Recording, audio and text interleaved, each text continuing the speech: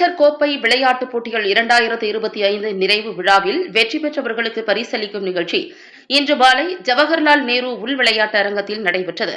இந்நிகழ்ச்சிக்கு வருகை தந்த தமிழக முதலமைச்சரும் திராவிட முன்னேற்றக் கழகத்தின் தலைவருமான தளபதி மு.க.ஸ்டாலின் அவர்களுக்கும், மாண்புமிகு துணை முதல்வர் உதயநிதி ஸ்டாலின் அவர்களுக்கும், சென்னை கிழக்கு மாவட்ட கழக செயலாளரும் பெருநகர சென்னை வளர்ச்சிக் குழும ஆணைய தலைவருமான மாண்புமிகு அமைச்சர் பி.கே.சேகர்பாபு அவர்களின் வழிகாட்டுதலின்படி எழும்பூர் தெற்கு பகுதி கழகம் சார்பில் பகுதி கழக செயலாளர் பி. சுதாகர் ஏற்பாட்டில் சிறப்பான வரவேற்பு அளிக்கப்பட்டது.